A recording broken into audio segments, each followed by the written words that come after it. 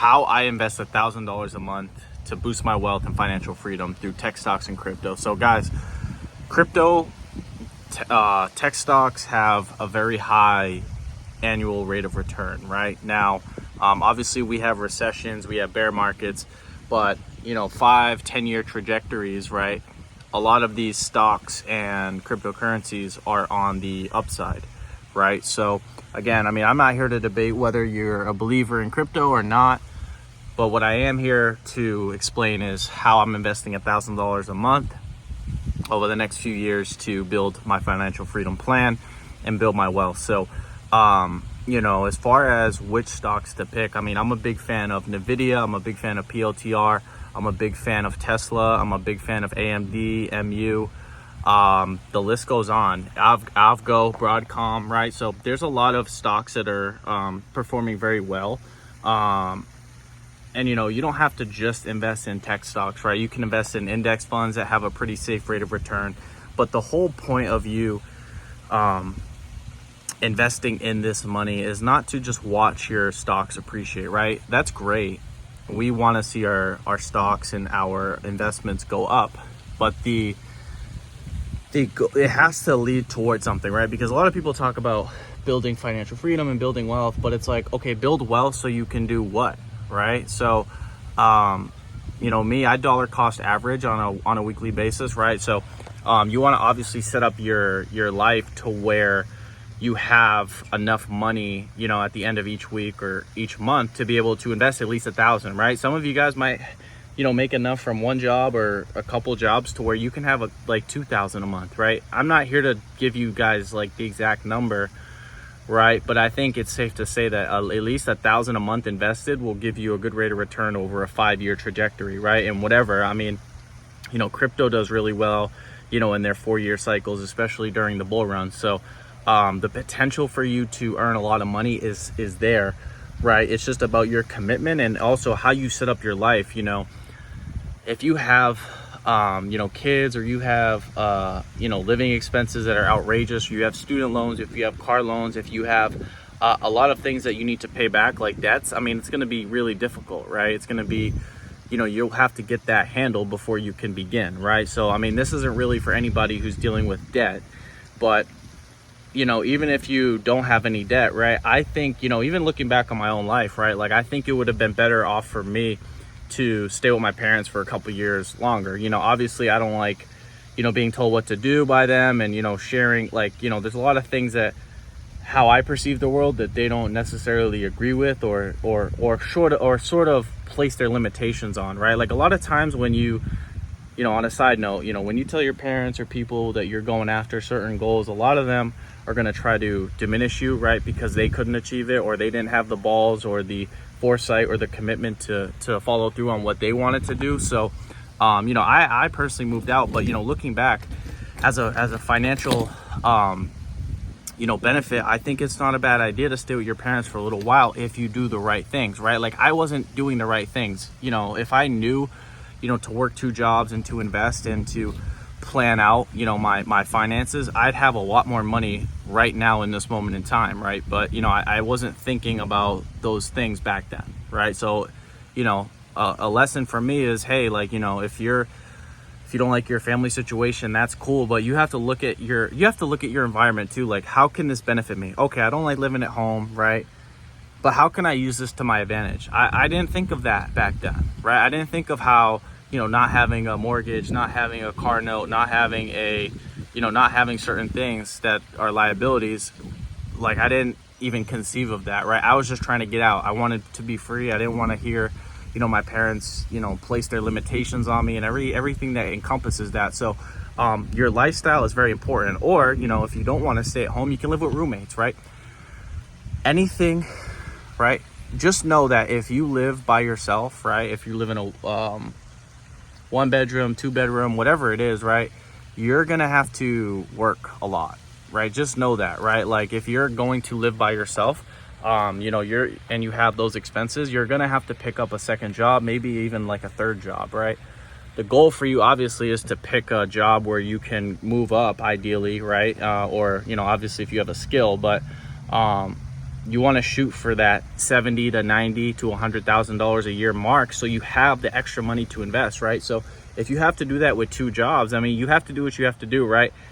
In my point of view, you know, I'm willing to sacrifice 3 to 4 years of working my tail off, right, to have a life of abundance for 50 years, for 60 years, when, you know, most people just work 40 hours and then, you know, they have what, 30 years left at, you know, from 65 to, let's say, 90. So they got what, 20 years left if they make it to 85, if they make it to 90, right? So you guys have to put things into perspective, right? So I'm not telling you what to do. I don't know, you guys have different, you know, financial things going on, and you might have certain, you know, debts or whatever, but I think it's safe to say that you want to minimize your expenses, minimize your liabilities, and increase your income, right? So that you have such a margin between your liabilities and your savings that you're able to invest almost 90% of what you take home, right? You don't want to have 50% of everything going towards payments if you don't have to, right? Now, obviously, you know, you might have a different situation where,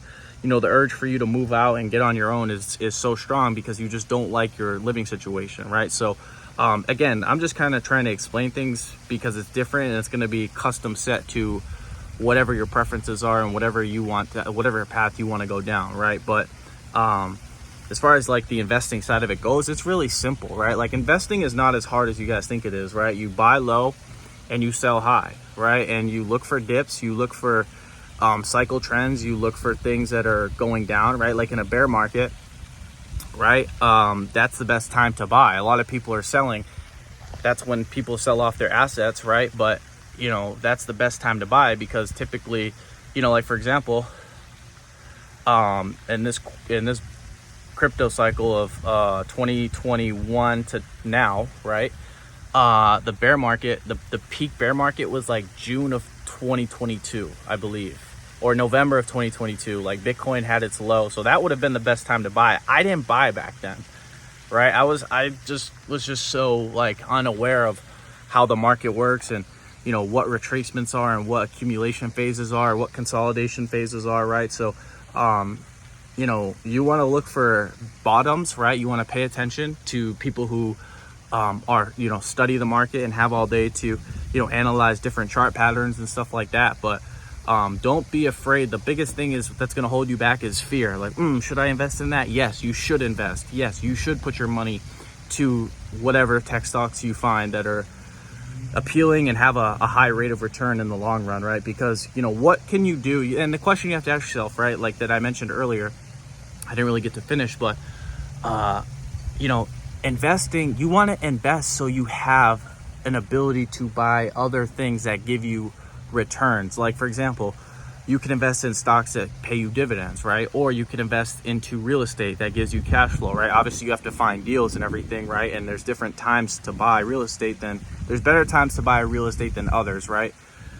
But I think it's safe to say that your money has to go towards something that will pay you back. Because look, let's say, for example, you buy 2 properties and you're able to cash flow $1,500 on each one, right? Let's just say, for example, well, if you're making $3,000 a month now, right, from real estate, then that would imply that maybe you could quit your job, right? You could either quit your job, or maybe you could downscale to an easier job that requires less energy and effort from you so that you can focus on something else, right? Or, like another example, you could quit your job and leave and go to another country where the way of living is cheap, right? So you don't have to pay an enormous, amount of money just to live, right? So the opportunities are out there, the potential is out there for you. You just have to have a plan and be able to make sacrifices. The toughest part of this is not the investing part of it. Your money will take care of you, right? If you put your money in the right places, it'll take care of you, right? But the thing is you need to realize that the hardest part is just going to be you being able to put your head down for a couple of years and being able to, suffer through those long days where you're working a lot, right? But I asked myself this question too, because I'm right there with you guys, right? I'm working a lot. I'm hustling. I'm making content. I'm pushing stuff, right? I'm trying to, I'm investing my money just like you guys, right? But I always ask myself, because sometimes it gets tough, or I get frustrated, or doubts start to creep in. But I always ask myself, like, what's the alternative, right? Like, okay, I work 40 hours a week, you know, because sometimes I'm tired and I don't want to go out and, you know, Uber or, you know, do some extra work. So I'm like, okay, like, yeah, I don't feel like it, right? Because I'm tired. But you know what? I really don't feel like clocking into my main job when I'm 30, 35, and 40. I really don't want to do that. That the pain of me clocking in at my main job at age 35 is greater than the pain I have of working this double shift right now. Because the pain of agony, the pain of regret, and the pain of a long sustained lifestyle of mediocrity, of settling for less, of not changing, never evolving, never growing, never learning anything new that's going to push you past your current life situation, that's scary, right? And that's where people get suicidal. That's when people get into drugs. That's when people start to just think like that like life is just doomed to you know, consume them and eat them up, right? And that's when they get depressed and caught in despair, right? So guys, I mean, the picture is dark if you don't take your life seriously, especially from a financial perspective. So it's not really, I mean, it is about how you invest, but it's also about your plan and where it's going, right? Like in the book, The 48 Laws of Power, right? Robert Greene says, start with the end in mind, right? So me right now, right? I started with the end in mind. The job that I started in 2021, I knew that this job was just going to be for me to be able to maybe save a little bit of extra, put it into assets, and eventually be able to leave, right? I never went into any single job, right, that I've had and was like, yeah, I'm going to stay here, right? No, my goal is to use the job just like the job's using me, right? Just like the job's using my labor and my time for their benefit, right? You have to look at jobs and look at them and say, how can I use you to create my life, to create my dream life, right? So you have to put yourself first in every environment, because a job doesn't give a fuck about you. There's hundreds of thousands of you in a corporation. They don't even know your name, right? So again, I mean, I'm not trying to sit here and say everyone can be an entrepreneur, everyone needs to be an influencer or a bright light, but you can definitely at least achieve some level of freedom and autonomy and not have to be consumed, you know, by this system, right? You can do whatever you want. I'm not saying you got to be rich and famous, but I'd rather this. I'd rather live on $1,000 a month, right, and not make a lot of money and be free and never have to clock into a job than make $150,000 a year, work 50 hours a week, and live in America. That's just my point of view. Now, obviously, I have a family and I have other things, or I have a girlfriend, and I like it here. You know, I'm not going to sit here and say I don't like the United States, but not everyone wants to be a passport bro. Not everyone wants to leave where their home country. But if you get to a point where you're like, you know, sick and tired of your life being consumed by something that's not benefiting you, that you're not even moving forward in, then you have to ask yourself, like, hey, like, I might not be able to leave today. I might not be able to transition into entrepreneurship or transition into a minimalistic nomad sort of lifestyle, but you know what? Can I plan for it? Can I sacrifice 2 years of, you know, working 20 to 30 extra hours a week, right? I told myself that I'd do that, right? And I'm sticking by it, right? So guys, I mean, take your life seriously, take your finances seriously. And you know what's funny? It's actually really interesting. When you start to take the difficult path, when you start to make the sacrifices, you actually start to feel better about yourself. You actually start to feel better about your life.